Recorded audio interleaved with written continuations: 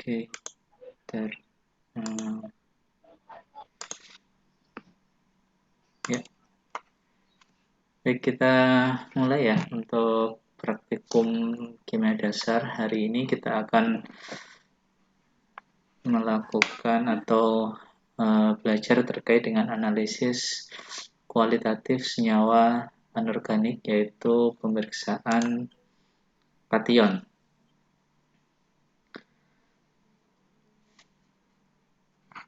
Dan slide-nya, oke, slide-nya sudah muncul ya. Ya, hari ini kita akan membahas tentang analisis kualitatif senyawa anorganik kation. Kalau minggu lalu kita sudah belajar untuk analisis kualitatif senyawa anorganik untuk memeriksa anion, yaitu muatan negatif. Hari ini kita akan belajar tentang pemeriksaan kation, yaitu yang memiliki muatan positif. Ya.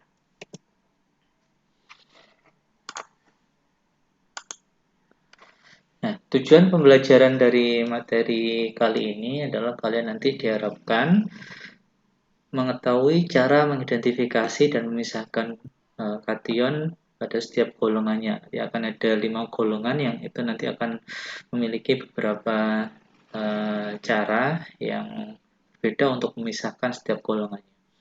Kemudian yang kedua, nanti mengetahui jenis pelarut yang digunakan untuk pengendapan setiap golongan.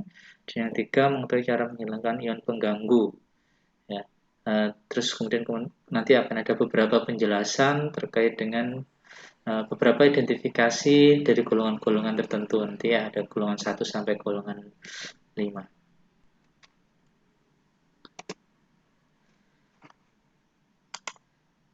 Oke, nah jadi untuk kation, tadi saya bilang bahwa kation itu muatannya adalah muatan positif ya. Kalau kita bisa lihat di sini sebagian besar memang didominasi oleh logam-logam ya. Ag, Pb, Hg, Cu, Bi dan yang lain sebagainya. Dia logam baik logam alkali, alkali tanah ya di periode unsur itu ya. Nah, caranya gimana untuk memisahkan ini secara konsep atau alur berpikirnya, diagram alurnya nanti akan coba digunakan reaksi-reaksi pengendapan ya. Reaksi-reaksi pengendapan yaitu dengan menambahkan HCl, H2S, H2S, terus kemudian NH4 dan seterusnya. Jadi intinya nanti akan diindahkan untuk masing-masing golongan. Jadi yang pertama, dari sekian banyak kation ini ketika ditambahkan HCl nanti golongan 1 ya itu akan mengendap ya, tidak larut. Yaitu ada Ag, Hg dan Bb. Kemudian kalau misalkan ini tidak ada berarti dilanjutkan filtratnya kemudian ditambahkan dengan H2S. Nah, kalau mengendap nanti masuk ke golongan 2 apa saja? Cu, Bi, Cd, Bb, Hg, HGS, AS2, Sp, Sn. Kemudian nanti kalau belum ada endapan, filtratnya ditambahkan lagi NH42S pada pH basah, nanti akan mengendap di golongan 3. Al, Fe, Cr, Zinc, Ni, COMN gitu ya. Kemudian kalau tetap tidak mengendap lagi, filtratnya ditambahkan NH43, Hb4 ya. Nanti kalau mengendap dia adalah golongan 4, kalau tidak mengendap lagi berarti golongan terakhir ini golongan 5 ya. Itu Na, K dan amonia ya. Itu jadi dari nanti ada golongan 1, golongan 2, golongan 3, golongan 4, golongan 5.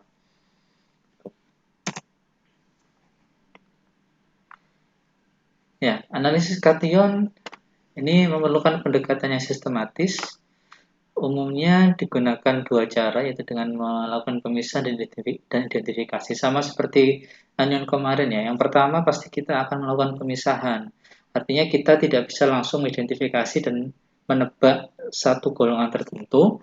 Tapi kita harus memisahkan dulu, oh ini termasuk golongan 1, golongan 2, golongan 3, golongan 4, golongan 5. Setelah itu baru diidentifikasi di masing-masing golongan itu ada reaksi-reaksi khususnya atau reaksi-reaksi yang kita bisa gunakan untuk melakukan penegasan bahwa kation itu yang ada di dalam sampel kita.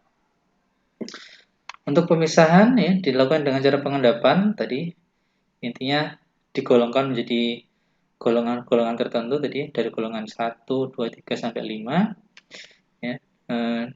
Endapan tadi nanti dipisahkan dari larutan dengan cara disentrifuge. Disentrifuge itu diputar gitu ya. Nanti endapannya itu kalau ada endapan berarti dia golongan 1. Ya, kalau nggak ada berarti lanjut ke golongan berikutnya. Gitu ya. Jadi lebih sistematis kalau dibandingkan dengan analisis anion yang sebelumnya. Ya, larutan yang masih berisi sebagian besar kation kemudian diendapkan kembali menggunakan kelompok kation baru ya tadi ya lanjutannya dari golongan 1, 2, 3, 4 dan seterusnya. Jika kelompok kation yang terendap masih berisi beberapa kation, maka kation tersebut dipisahkan lagi menjadi kelompok kation yang lebih kecil. Lanjutkan sampai nanti dilakukan uji spesifik untuk satu kation saja. Jenis dan konsentrasi bereaksi serta pengaturan pH dilakukan untuk memisahkan kation menjadi beberapa kelompok. Jadi nanti setelah dia dibedakan menjadi beberapa kelompok, nanti pengaturan pH itu juga akan bisa digunakan untuk memisahkan ke kelompok yang lebih kecil lagi. Analisis kation dengan skema H2S ya, istilahnya adalah dengan menggunakan skema H2S karena nanti yang digunakan adalah gas H2S ini ya. Kation dalam suatu cuplikan dapat diketahui dengan melakukan uji menggunakan reaksi-reaksi spesifik meskipun agak sulit mendapatkan reaksi yang spesifik untuk setiap kation. Umumnya dilakukan terlebih dahulu penggolongan kation sebelum dilakukan pengendapan dan reaksi identifikasi kation dengan cara basah, cuplikan padat harus dilarutkan terlebih dahulu. Jadi untuk penggolongan kation nanti untuk golongan 1 sampai 5 tadi kalau misalkan sampel kita dalam bentuk padatan, kita harus bisa mencari pelarut untuk bisa melarutkannya, harus dalam bentuk larutan. Dari situ pun kita juga bisa menduga ya kalau ada padatan yang kita larutkan misalkan menggunakan air tidak bisa, nanti berarti kita lihat pemeriannya ya, kation apa yang tidak bisa larut air gitu ya. Kalau tidak bisa dilarutkan dengan air, kita coba larutkan dengan HCl. Kalau misalkan nggak bisa dengan HCl berarti itu kemungkinan pelarut senyawanya apa gitu, nanti bisa kita identifikasi ya. Tapi harapannya semua larutan tadi dapat dianalisis ya dengan baik, yaitu dengan cara dihomogenkan dan dilarutkan terlebih dahulu supaya kita tahu ketika diendapkan itu diagram alir yang tadi mulai dari golongan 1 sampai 5 itu bisa terjalankan dengan baik. Nah, untuk pelarutannya mulai dari tadi pelarut air ya sampai nanti paling tinggi pelarutnya bisa menggunakan dengan aqua regia atau air raja dari mulai keadaan dingin maupun panas. Aqua regia itu adalah HCl dicampur dengan HNO3, jadi asam pekat HCl dicampur dengan asam pekat, asam nitrat pekat juga. Nah, jadi ini cara untuk analisis basah ya. Jadi yang pertama kita bisa larutkan dulu pada air dingin ya. Nah, kalau dia sudah larut berarti kita langsung jadikan larutan analit yang kita uji dengan menggunakan penggolongan-penggolongan tadi. Ya, kalau misalkan tidak bisa larut, kita lanjutkan, kita coba larutkan dengan HCl encer dingin panas, dari dingin sampai panas. Terus kalau misalkan HCl encernya tidak bisa larut lagi, kita gunakan HCl pekat. Kalau nggak bisa larut lagi, kita gunakan HNO3 encer dulu. Kemudian kita gunakan HNO3 pekat. Kalau nggak bisa larut, kita larutkan dalam aqua regia. Kalau misalkan tidak larut lagi, ya residunya terakhir itu kita lebur dan kita uji pakai refraktometer ya.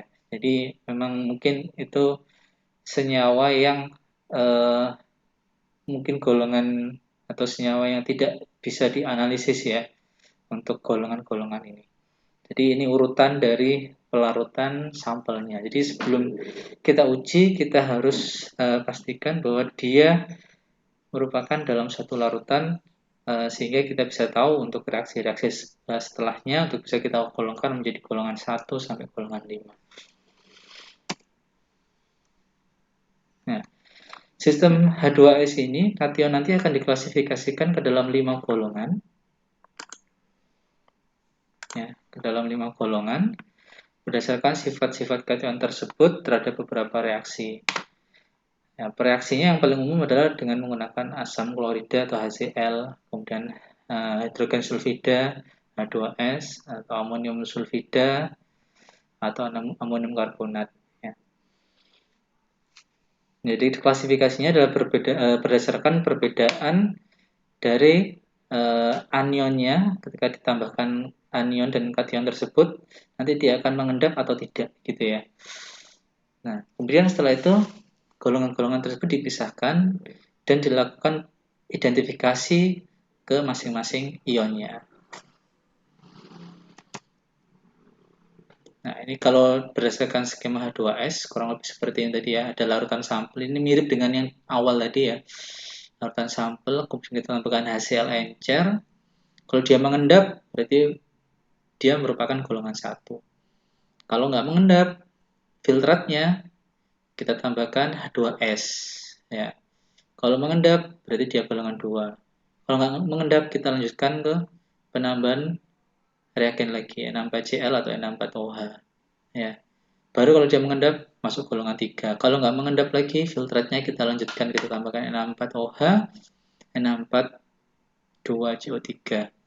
Ya, kalau mengendap berarti golongan 4. Kalau masih tidak mengendap lagi, atau masih dalam bentuk larutan, berarti kemungkinannya golongan 5, yaitu Na, K, atau amonia. Oke. Nah, ini untuk reaksinya.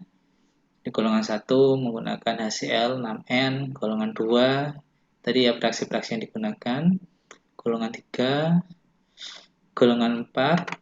Nah, ini jadi setelah nanti memang sudah digolongkan, kita bisa memastikan dengan menambahkan larutan-larutan ini untuk bisa mengendapkan ya. Untuk bisa mengendapkan. Nah, untuk golongan 4 dan 5 ini tidak bisa diendapkan, jadi harus direaksikan dengan reaksi yang lain. Oke, sekarang kita ke golongan 1. Jadi setelah tadi bisa memisahkan, oh ternyata ketika saya tambahkan HCl misalkan ya, ternyata dia mengendap, berarti kemungkinannya nanti ada PB, Hg, atau Ag gitu ya. Jadi dari situ nanti kita bisa lebih mempersempit lagi, ya, untuk memastikan apa anionnya, apa kationnya, apakah timbal ya PB, ataukah merkuri, Hg, ataukah perak ya. Tuh, jadi semuanya nanti punya endapan warna putih. Ya, setelah itu kita mau pisah-pisahkan dan lagi kita pilih lagi, hanya melihat satu kation saja, apakah kation itu sekali lagi timbal, merkuri, atau perak. Nah, reaksinya bisa menggunakan asam klorida encer. Ya. Ya, ini reaksi golongnya endapan putih, timbal klorida, merkuri klorida, dan perak klorida. Ini. Jadi setelah diendapkan dengan HCl, dia akan mengendap, berarti dia masuk golongan 1. Apa reaksinya? Macam-macam. Ini kita bisa pertama bisa mengendapkan dengan menggunakan AgNO3 berbentuk endapan putih. Ya. Jadi HCl tadi ya, ditambahkan HCl nanti akan membentuk AgNO3 yang mengendap AgCl ini ya. Berbentuk endapan putih, yaitu perak klorida. Nah, endapan terbentuk adalah perak klorida ini. Endapan ditambahkan Na4OH, ya. Dia reaksinya seperti ini. Endapan tersebut akan larut, kemudian membentuk ion diamino argemat. Ya, endapannya mulai larut. Nah, berarti ini kemungkinan ada Ag-nya. Terus kemudian ditambahkan Na3 tetes demi tetes. Kalau terbentuk endapan coklat, ya, itu adalah coklat peroksida. Nah, larutan putih ada endapan agak coklat. Nah, ini berarti kemungkinan adalah si Ag. Ketika ditambahkan H2S akan terbentuk endapan. Endapannya apa? Endapannya warnanya hitam perak ya. Nah, itu berarti kemungkinan memang benar adalah Ag. Reaksinya banyak sekali ini untuk identifikasi memastikan bahwa dia benar-benar Ag. Kalau ditambahkan NaOH ada endapan endapan coklat perak ya. Ntar ada yang masuk lagi.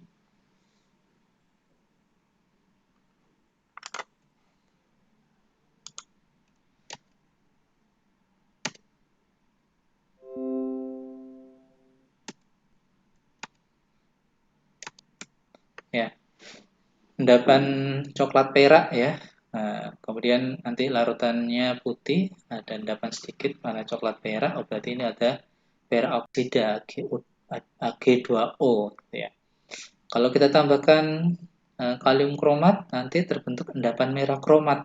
Ya, terbentuk endapan merah kromat, kalium kromat, oh, berarti dia benar-benar ada Ag. Itu ada banyak identifikasinya.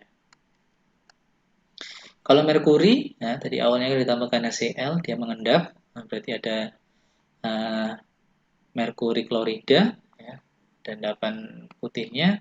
Kalau kita tambahkan Na2CO3, nanti terbentuk endapan kuning. Ya. Kita tambahkan NaOH, sampai terbentuk endapan. Nanti ada endapan hitam, merkurium oksida. Kita tambahkan kalium kromat, terbentuk endapan kristalin merah merkurium kromat. Nah, endapannya larut, warna keorenan atau bening. Kalau timbal, tadi awalnya ditambahkan HCl, dia terbentuk endapan putih. Kalau kita tambahkan NaOH, nanti terbentuk endapan putih, tetap putih, tapi agak keruh, ya, endapannya bening dan menjadi keruh. Kalau kita tambahkan H2S, nanti terbentuk endapan hitam timbal sulfida. Nah, hitam mengkilat banyak di atas larutan endapan larut sempurna. Ya, jadi ini reaksinya. Kalau kita tambahkan H2S, ada endapan putih timbal sulfat. Larutan agak keruh, ada endapan putih pengamatannya. Ya. Kalau kita tambahkan kalium kromat, ya ada endapan kuning keorenan. Ya, ini jadi setelah kita lakukan uji pemisahan, nanti kita uji identifikasi, ya seperti yang tadi ada banyak reaksinya yang bisa digunakan untuk memastikan bahwa kandungan dari sampel tersebut apakah Ag, Hg, atau Pp. Nah, ini contohnya. Jadi, misalkan ada satu sampel, ya, kita duga mengandung golongan 1, yaitu Pp2+, Hg2+, atau Ag+, ya. Endapan disaring, kemudian endapan kita tambahkan 20 ml aquades, kemudian dipanaskan, ya. Kemudian endapan dicuci dengan HCl, filtratnya kita uji dengan kalium kromat. Nah, adanya warna hitam menunjukkan adanya PP kation. Endapan disiram amonia, ada warna hitam menunjukkan adanya Hg. Jadi ternyata ada dua ya, PP dan juga Hg ya. Ini contoh-contohnya. Nanti kalian bisa lihat lagi ya. Tuh. Jadi reaksi spesifiknya ada macam-macam, nanti tinggal dipilih mau dibutuhkan yang seperti apa. Ada contoh lain, yaitu ya suatu sampel diketahui mengandung kation golongan 1. Kemudian ditambahkan kalium kromat. Filtrat air panasnya membentuk endapan kuning. Endapan sisa setelah penambahan air panas larut seluruhnya dengan penambahan amonia. Nah, kira-kira apa kationnya? Nah, yang pertama tadi ya Pb. Nah, kira-kira Pb karena apa? Karena Pb larut dalam air panas dan membentuk endapan kuning dengan kalium kromat, ini reaksinya. Yang kedua, kemungkinan adalah Ag. Ag larut dalam NH3 dengan reaksi seperti itu. Ya, AgCl tambah NH3 menjadi Ag NH2 dua kali muatan positif dan Cl-.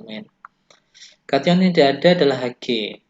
Karena jika ada Hg, maka endapan tidak akan larut seluruhnya dengan penambahan amonia. Jadi Hg tidak larut dengan amonia, tapi yang larut amonia adalah Ag. Jadi untuk memisahkan tiga ion di golongan 1 itu ada banyak reaksinya. Jadi kita bisa pilih mana yang kira-kira reaksi itu bisa membuktikan bahwa kandungan tersebut apakah Ag, Hg ataupun Pp. Ya, selanjutnya yaitu golongan 2. Ya, golongan 2 ini adalah lanjutan dari golongan 1 ya. Jadi misalkan tadi golongan 1 ternyata ditambahkan HCl tidak ada endapan, kita lanjutkan ke golongan 2. ya dengan menambahkan H2S tadi ya. Nah, kalau misalkan sudah mengendap, tinggal kita nanti memilah golongan 2 ini apa isinya. Nah, golongan 2 sendiri nanti dibagi menjadi 2 golongan lagi, yaitu golongan 2A dan golongan 2B. 2A ini disebut juga golongan tembaga, ya karena di situ ada tembaganya ya, teman-temannya tembaga, dan ada juga golongan arsenik, ya golongan 2B, jadi sudah arsenik ya, AS13 dan AS2+. Gimana cara identifikasinya? Kita lanjutkan. Ya. Nah, dalam proses analisisnya kita harus memisahkan dulu antara golongan 2 dan 2A dan golongan 2B. Pemisahan ini bisa dilakukan dengan cara amonium polisulfida atau kalium hidroksida. Pemisahan dengan cara amonium polisulfida dilakukan untuk mendapatkan kation golongan tembaga, karena kation yang termasuk golongan arsenik tidak mengendap pada larutan amonium polisulfida. Dengan kata lain, kation arsenik, golongan arsenik akan mengendap dengan cara kalium hidroksida. Jadi kita bisa menggunakan amonium polisulfida atau kalium hidroksida ini untuk memisahkan apa dia termasuk golongan 2A atau 2B. Yang pertama untuk analisa golongan 2A, ya ini contohnya Hg2+. Pak, kenapa Hg ini muncul lagi? Karena memang ada sebagian ion Hg yang dia tidak larut sempurna, tidak mengendap sempurna, sehingga dia kemungkinan akan masuk ke golongan 2A ya. Tapi dengan reaksi yang awal tadi, ya, pemisahan golongan 1 itu bisa dimungkinkan dia bisa terjaring atau tertangkap di golongan 1. Ntar ada yang masuk lagi ya.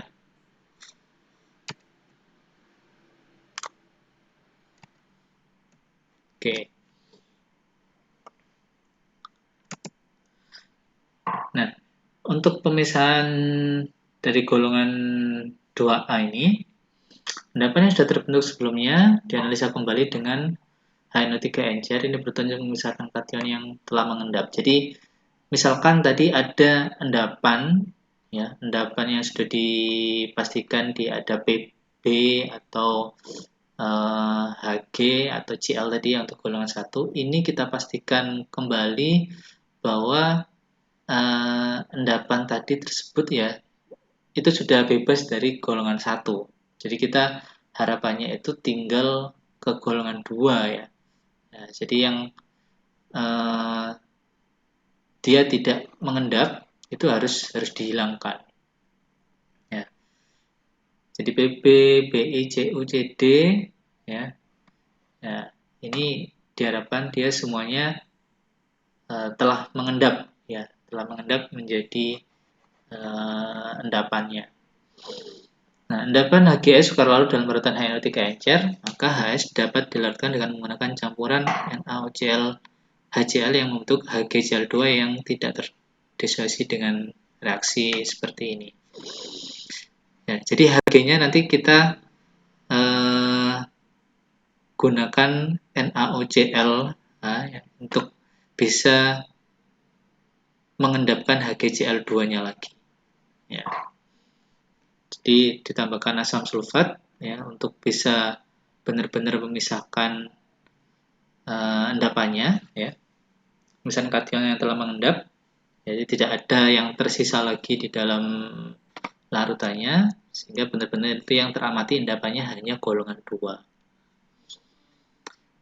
Ya, kemudian dari setiap kation yang dihasilkan tadi direaksikan dengan asam sulfat akan muncul endapan yang berciri khusus sesuai dengan kation-kation yang terkandung dalam endapan yang terbentuk.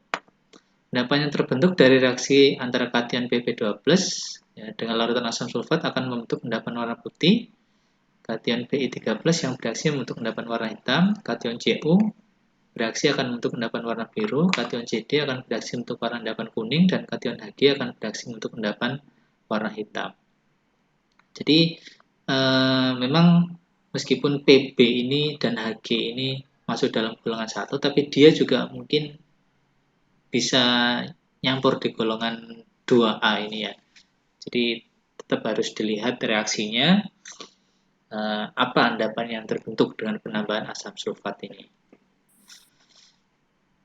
Nah, kemudian dengan cara yang kedua, yaitu memisahkan yang golongan 2A, endapan yang didapat sebelumnya diajarkan terlebih dahulu dengan cara yang sama seperti asam sulfat. Ya.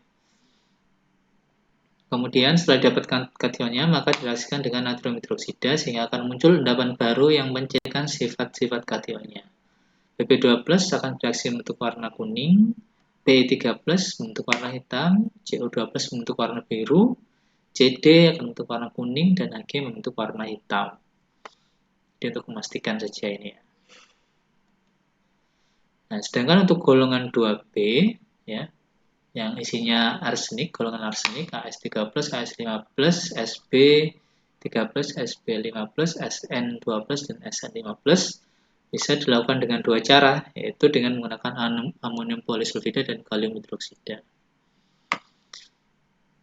Yang pertama, dengan cara pemisahan amonium polisulfida, larutan yang pada awal analisa pada sebelumnya direaksikan dengan penambahan hasil pekat secara bertahap. Jika hasil reaksinya tadi menghasilkan endapan warna kuning atau jingga, maka endapan tersebut mengandung kation 2B atau golongan arsenik. Ya. Endapan yang telah didapat kemudian direaksikan dengan AgNO3, akan terjadi reaksi pengendapan Ag3ASO4 yang berwarna merah kecoklatan. Ya. Kemudian filtrat yang didapatkan dari hasil reaksi direaksikan dengan NaNO3, natrium nitrit secara bertahap dalam jumlah kecil, kemudian ditambahkan rodamin B, maka akan muncul endapan kuning lembayung yang menandakan kation Sb. Sisa filtrat dari pelarutan tadi direaksikan kembali dengan larutan asam tartrat dan akan menghasilkan endapan berwarna merah dan menandakan adanya kation Sn.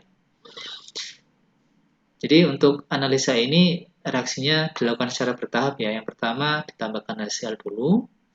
Kemudian jika hasilnya tadi mendapatkan endapan kuning atau jingga ya, setelah ditambahkan HCl pekat, nanti akan dimungkinkan adanya kation golongan 2B. Ya. Nah, setelah endapan tadi didapatkan, direaksikan lagi dengan AgNO3. Kalau terjadi reaksi, ada endapan warna merah kecoklatan, berarti adanya arsenik tadi ya, ASO4. Nah, filtratnya yang tadi, di reaksi yang sebelumnya tadi kan endapan kuning. Nah, filtratnya diambil lagi dan direaksikan dengan NaNO2 ya, dan ditambahkan rodamin B. Kalau ada endapan kuning, itu Sb. Filtratnya lagi, sisanya tadi ditambahkan lagi asam tartrat.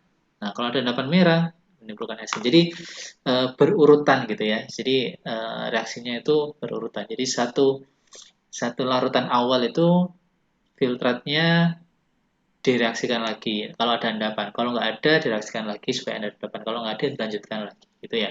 Jadi ini maksudnya tidak ada semua ya. Maksudnya tidak semua itu tidak ada AS, ada SB, ada SN itu enggak, tapi berurutan. Kalau misalkan sudah berhenti sampai di sini, ada endapan warna kecoklatan ya sudah ini kationnya, nggak perlu dilanjutkan yang setelahnya. Tapi kalau ini tidak ada filtratnya, tidak ada endapannya, filtratnya dilanjutkan gitu ya. Jadi baca analisa pemisahan golongan kation ini harus bisa membayangkan ya. Jadi tidak semuanya pasti ada AS, ada SB, ada SN itu enggak, tapi berurutan. Gitu. Kemudian yang selanjutnya untuk pemisahan cara kalium hidroksida. Dalam filtrat golongan 2A dan golongan 1 tembaga direaksikan dengan HNO3 encer sampai larutan bersifat asam, nanti akan muncul endapan warna kuning, yaitu endapan AS2S3. Jadi ada AS3 plus gitu di sini ya. Nah, kalau misalkan ini tidak ada endapan, filtratnya dari analisa arsenik direaksikan dengan NH3 encer. Ditambahkan sedikit oksalat, akan ada endapan berwarna jingga. Nah, memungkinkan adanya Sb2, S3 ya. Kalau tidak ada endapan, dilanjutkan lagi, direaksikan dengan HgCl2. Nah, nanti kalau muncul endapan berarti dia kemungkinan ada Hg-nya. Nah, maka itu menandakan terdapat kation SN. Jadi kalau direaksikan dengan HgCl2 ada endapan putih, kemungkinan ada SN-nya di situ. Nah, selanjutnya setelah melakukan analisa golongan 1 dan 2, sebelum kita lanjut ke golongan 3, biasanya kita harus menghilangkan ion-ion pengganggu ya. Jadi ion-ion ini bisa mengganggu saat proses analisa di golongan berikutnya. Contohnya apa? Ya, ion pengganggunya, ion fosfat, borat, ion oksalat ini akan mengganggunya dalam dua hal. Yang pertama, ion-ion tersebut bila dalam larutan akan membentuk ion kompleks yang lebih stabil sehingga sulit dipecahkan dalam bentuk ion sederhananya. Ya, jadi ketika ada ion-ion ini, ya, ini anionnya ya, ini ya, fosfat, borat, oksalat ini, kalau ada anion ini dan bereaksi dengan kation golongan 3 dan selanjutnya, itu biasanya lebih sulit untuk dipisahkan kationnya, karena dia lebih stabil, sehingga akan sangat sulit. Artinya dia akan kemungkinan lebih sulit untuk diendapkan gitu ya. Akan lanjut terus sampai golongan 5, sampai ke Na dan K dan amonia ya. Padahal mungkin dia golongan 3 atau 4 gitu. Alasan yang kedua adalah ion yang pada kondisi tertentu membentuk senyawa yang sangat sukar larut sehingga endapan yang terbentuk akan sulit pula untuk diidentifikasi. Ya. Pada kondisi-kondisi tertentu nanti juga bisa membentuk endapan juga. Jadi ada kemungkinan nanti dia tidak mengendap, artinya larut sampai golongan 5, ada juga yang dia langsung membentuk endapan sehingga kemungkinan bisa false true, apa istilahnya, negatif false ya. Jadi positif palsu ya, positif palsu. Jadi dia positif tapi sebenarnya tidak positif karena adanya ion-ion pengganggu tadi ini. Nah, pada jenis ion yang pertama biasanya akan terus terbentuk larutan sehingga identifikasi endapan akan sukar dilakukan. Larutan yang tinggi akan mempengaruhi proses pengendapan ion besi, kromium, aluminium tidak akan terjadi dengan sempurna, bahkan sama sekali tidak terjadi pengendapan. Jadi ya bisa jadi sampai di golongan 5 nggak mengendap gitu ya. Sedangkan yang kedua adalah sukarnya terjadi pelarutan. Jadi mengendap terus gitu ya. Jadi dua hal ini yang harus disingkirkan untuk harus dihilangkan ion-ion pengganggunya tadi. Oke, setelah ion pengganggunya dihilangkan, ya kita menuju ke kation golongan 3. Nah, mungkin sampai sini ada yang mau ditanyakan terlebih dahulu?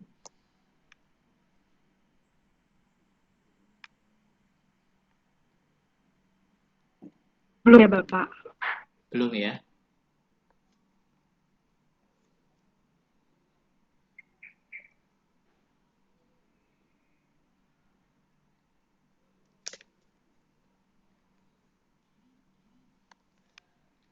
Kita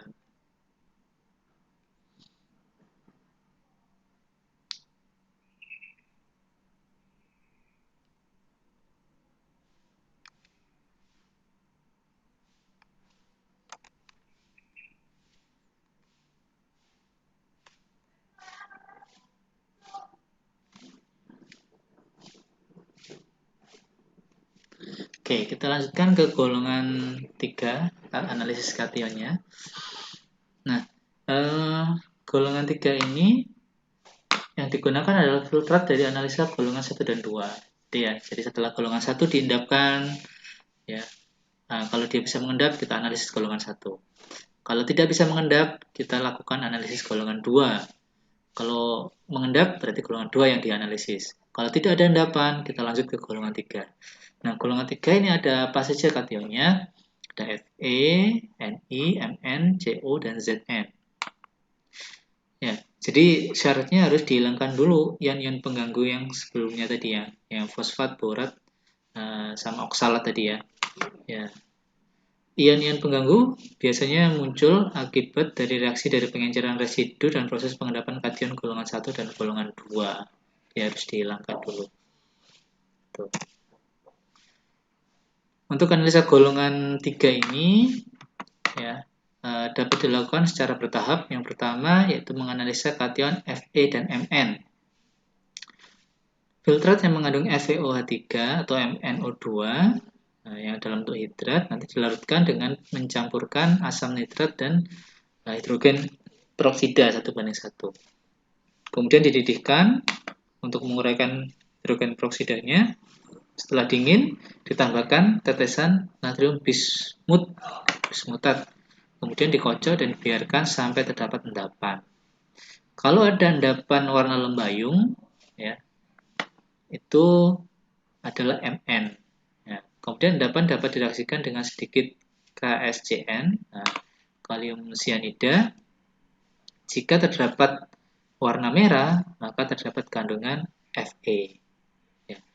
Jadi ini kalau lembayung itu warnanya Mn, tapi kalau nanti endapannya direaksikan tidak lembayung ya, misalkan jadi ini misalkan tidak lembayung, kemudian endapannya direaksikan dengan KSCN ini ya, ada endapan warna merah berarti dia Fe. Jadi sekali lagi ini tidak serta-merta ada banyak isinya gitu ya. Kalau misalkan Pak ternyata ada 2 isinya atau ada 2 kationnya, ya berarti dua-duanya bisa jadi positif. Nah, tapi kalau hanya satu biasanya berhenti sampai sini. Kalau warna lembayung, oh berarti ini kemungkinan Mn. Kalau ada endapan tapi bukan lembayung, kita coba tambahkan KSCN. Nah, baru nanti kalau ada warna merah, kandungannya Fe. Ya. Nah, dilanjutkan. Kemudian kemungkinan filtratnya, kalau misalkan tidak ada endapan ya, kalau tidak ada endapan, kemungkinan filtratnya mengandung kromat yang berwarna kuning. Nah, kalau filtrat yang berwarna kuning, berarti dia kemungkinan kromat. Tapi kalau tidak berwarna, nah, kemungkinan ALOH ini ya, AL. Nah, dapat dianalisa dengan menambahkan asam asetat dan penambahan larutan timbal asetat. Kalau nanti muncul warna kuning, ya berarti dipastikan itu adalah Cr. Tapi kalau filtratnya ditambahkan HCl, lalu ditambahkan lagi dengan NH3 atau amonia sampai menjadi basah, kemudian dipanaskan sampai mendidih, kemudian ada endapan seperti gelatin yang berwarna putih, maka itu adalah Al. Gitu. Jadi dari warna filtratnya aja kita juga bisa menentukan kalau kuning kemungkinan Cr, kalau tidak berwarna kemungkinan ALOH. Nah, tinggal dibuktikan dilanjutkan dengan pembuktian reaksi yang tadi.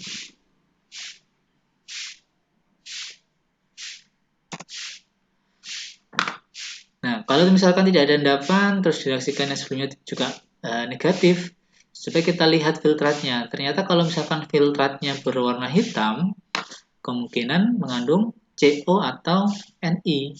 Ya. Larutan filtrat dapat direaksikan dengan mencampurkan NaCl dan larutan hasil encer dengan perbandingan 3:1. Kemudian dididihkan sampai Cl2-nya menguap. Setelah itu didinginkan dan diencerkan lagi. Jika larutan tersebut direaksikan dengan alkohol dan amonium cyanida dapat padat ya, kemungkinan dikocok, lalu muncul lapisan amil alkohol berwarna biru, maka dimungkinkan kandungannya adalah CO atau kobalt.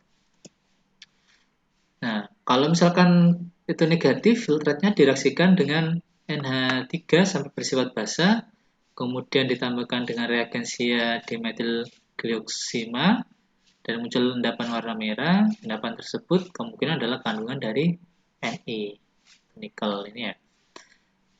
Nah, sisa filtrat yang ada kalau misalkan negatif-negatif semua yang di atas ya, bisa kemungkinan mengandung zinc. Ya. Filtrat tersebut direaksikan dengan asam sulfat encer, kemudian ditambahkan larutan kobalt asetat, kemudian ditetesi dengan reagensia tetrationcianatomerkurat ya. Larutan tersebut diaduk secara perlahan dan akan muncul endapan biru muda. Kalau muncul berarti dia merupakan endapan dari Zn atau Z. Nah, itu tadi golongan 3. Jadi golongan 3 ini dia berurutan ya. Jadi masing-masing filtratnya, endapannya kita bisa analisis. Oke. Ya, sekarang kita lanjut ke kation golongan 4. Nah, kation golongan 4 ini seperti tadi ya, setelah direaksikan dengan HCl dan H2S, golongan 1 nggak ada endapan, golongan 2 nggak ada endapan, golongan 3 juga nggak ada endapan, maka kita reaksikan dilanjutkan dengan golongan keempat, ya, yaitu jika direaksikan dengan amonium karbonat, ya tadi sudah direaksikan dengan HCl atau SO4, H2S, kemudian ditambahkan amonium sulfida, kemudian dia tambahkan amonium karbonat, nanti akan membentuk endapan, ya utamanya dengan karbonat ini ya. Jika ditambahkan dengan karbonat nanti membentuk endapan, kemungkinan yaitu golongan 4, yaitu berbentuk barium karbonat, strontium karbonat, atau kalsium karbonat.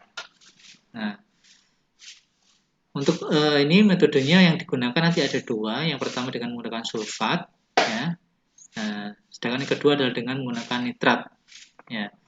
Jadi gampangannya nanti ketika ada endapan ini kita pastikan bahwa endapan itu adalah barium sulfat atau strontium sulfat atau kalsium sulfat. Itu juga dengan metode nitrat yang digunakan untuk khusus mengendapkan strontium, ya.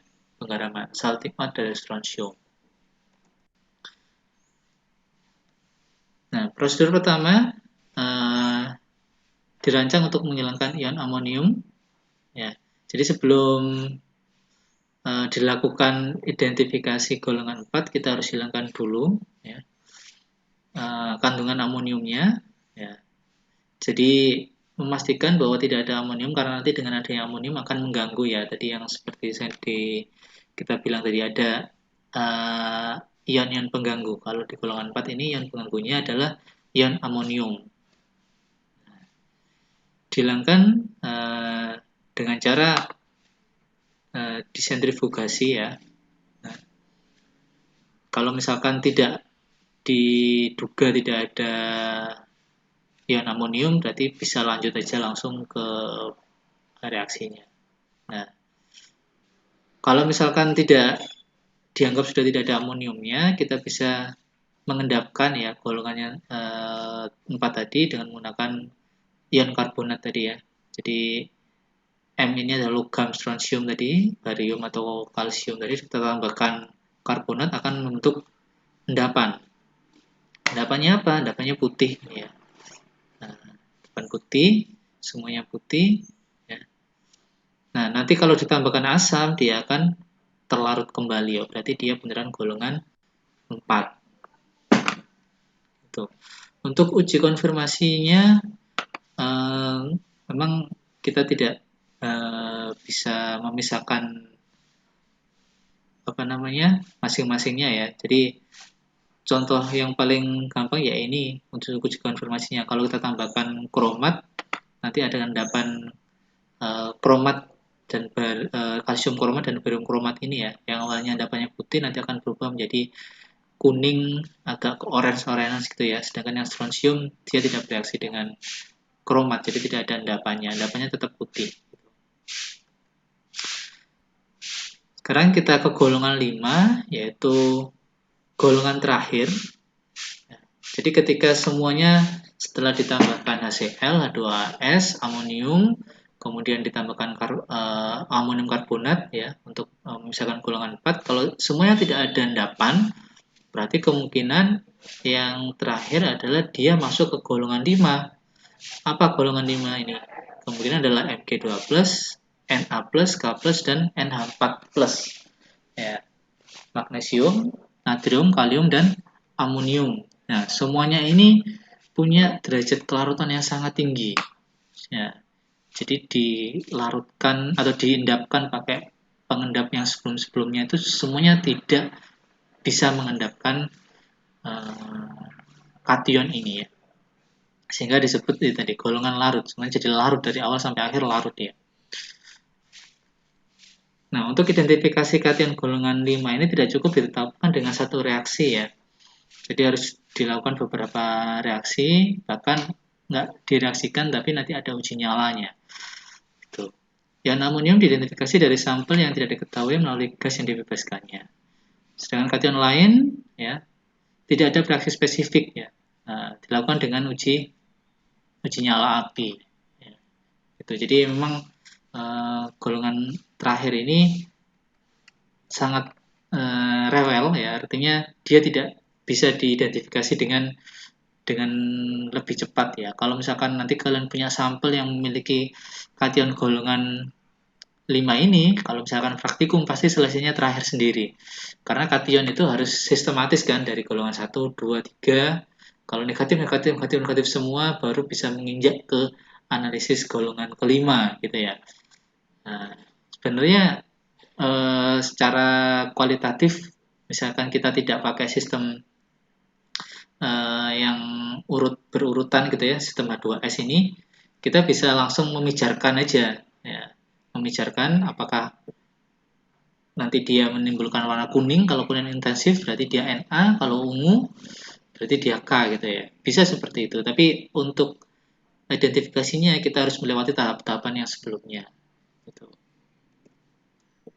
Nih, ini adalah pelarutan senyawa-senyawa yang mengandung kation golongan 5 ya. Ada banyak macamnya, kelarutannya cukup tinggi sekali ya. Sehingga memang agak susah untuk diidentifikasi dengan cepat ya. Jadi harus mengikuti tahap prosedurnya.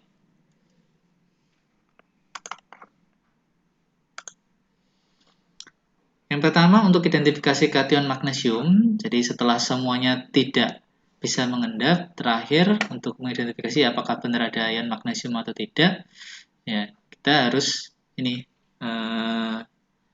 menambahkan nanti yang namanya para-nitrobenzen zorcinol ya, atau dikenal dengan magneson. Jadi nanti sifat dari Mg ini memiliki kemiripan dengan Ca dan Ba di golongan 4 tadi ya. Sehingga dia agak rumit ya untuk memisahkan di golongan 4 ya. Siapa tahu dia nanti di golongan 4 mengendap tapi ternyata dia bukan golongan 4 tapi golongan 5. Nah, garam rangkap magnesium amonium fosfat hexahidrat memiliki kelarutan yang bebas air. Jadi kesetimbangan konsentrasi Mg plus ini dari awal sampai akhir semakin lama dia semakin mengendap ya. Nah, MgOH-nya ini nanti ketika ditambahkan tadi para nitrobenzen zorcinol nanti akan membentuk warna biru. Ya, jadi setelah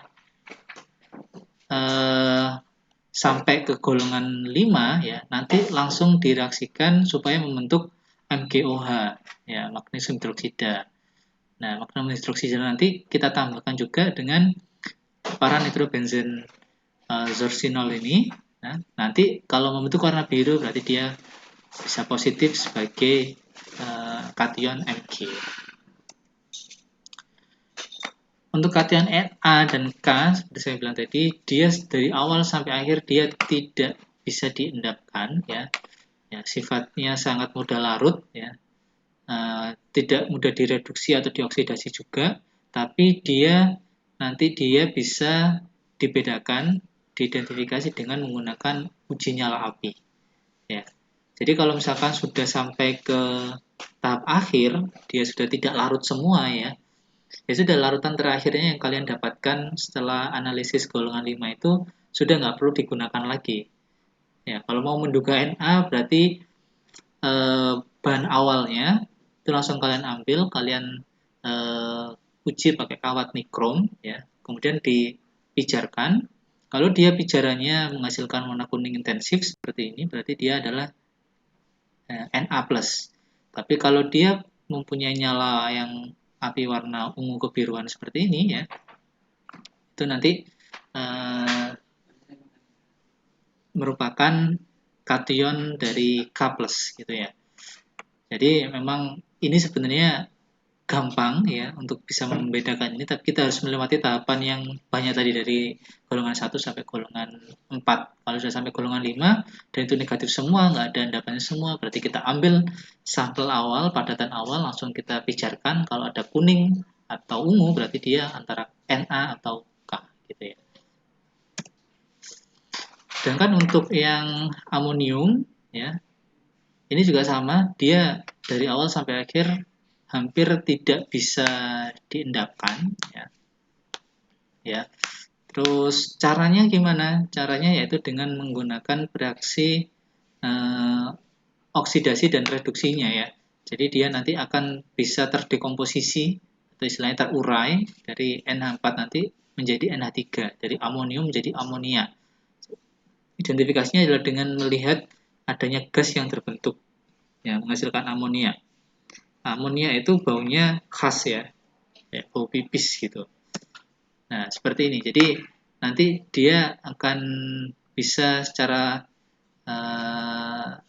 otomatis terdekomposisi secara termal. Jadi dia cukup kita tambahkan pemanasan, nanti dia akan menjadi NH3 dan HCl ini.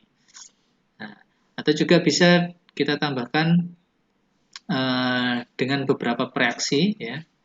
Nah, dengan menggunakan HCl juga bisa, atau kalau kita mau melihat perubahan warnanya ya, kita bisa menggunakan reaksi Nessler ini.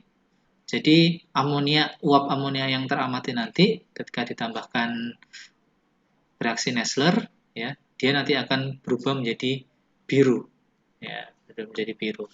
Kertas langsung berubah menjadi biru atau menggunakan reaksi Nessler ini. Gitu. Jadi untuk amonia atau kation amonium ini identifikasinya adalah dengan melihat uap yang terbentuk, ya, yaitu uap amonia NH3-nya terbentuk. Jadi untuk golongan 5 ini sebenarnya lebih mudah lagi ya. Ketika sudah sampai golongan 5, tinggal kita reaksikan dengan beberapa reaksi, tinggal memilih apakah nanti Mg, NaK, atau amonium gitu. Dan keempat-empatnya ini punya hasil identifikasi yang berbeda, cukup mencolok ya. Jadi kita bisa membedakan dengan lebih mudah. Oke, mungkin itu saja yang bisa saya sampaikan di materi ini. Untuk data praktikumnya nanti bisa kalian lihat di Google Classroom ya.